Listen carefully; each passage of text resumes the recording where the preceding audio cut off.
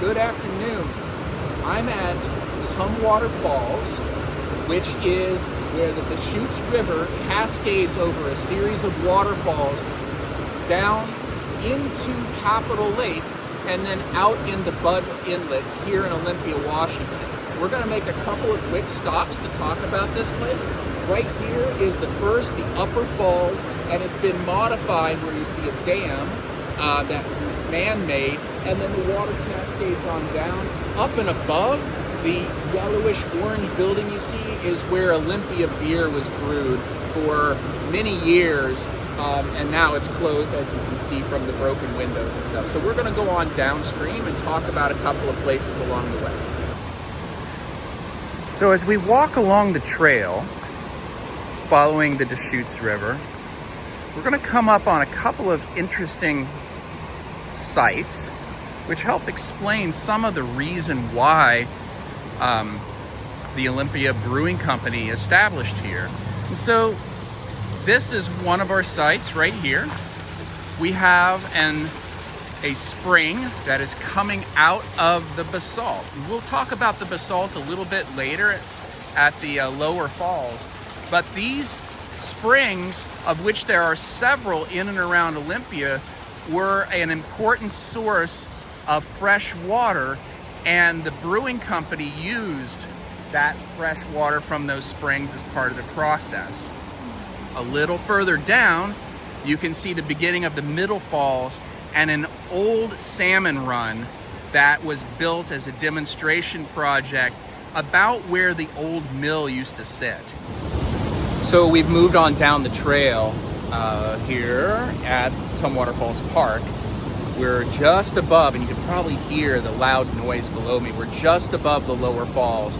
We'll come to that in a minute, but I wanted to show you the perspective looking upstream to the Middle Falls and then kind of tip you down and show you where we're at here. So water from the Deschutes River is going down over the lower falls, and give you a sense of just the really cool, like, erosional potholing that you can see. There's even a little bit of a basalt cave kind of right tucked in there where the water's kind of eroded down and through. So we'll go down to the bottom. We'll then take a look back, show you the falls, and talk about why this is all kind of here in the first place. Okay, so we've moved on down from the bridge above down to the lower waterfall, and of course, as you can tell, it's pretty loud here with the lower falls behind me, and it's also, there's a lot of mist and moisture in the air, so the camera lens is going to get covered up here in a few minutes. So what I think we'll do is we'll move over somewhere else where it's quieter and talk about the geology, but I wanted to give you a sense of what the lower waterfall looks like. It's pretty cool, and if you can turn that around and look out that way, you'll see that we are now emptying out into Capitol Lake and Bud Inlet. All right, we'll pause. All right, we've moved away from the waterfall. That's pretty loud. Looking out in towards Capitol Lake.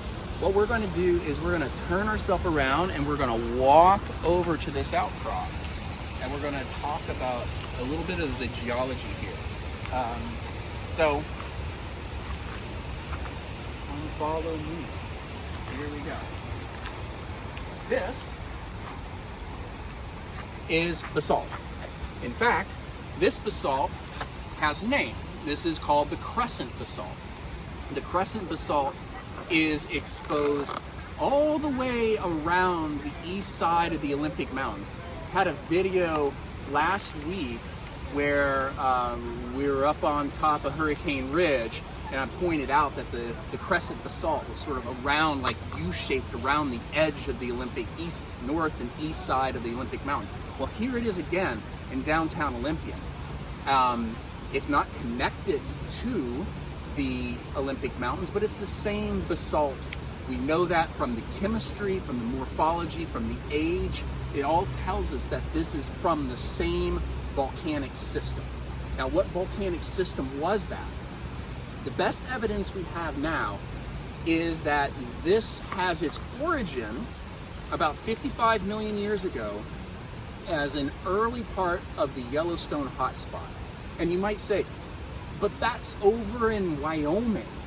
And yes, you're correct, but that hot spot has moved, or better way to say it is the North American plate, the continental plate has moved over the top of the hot spot.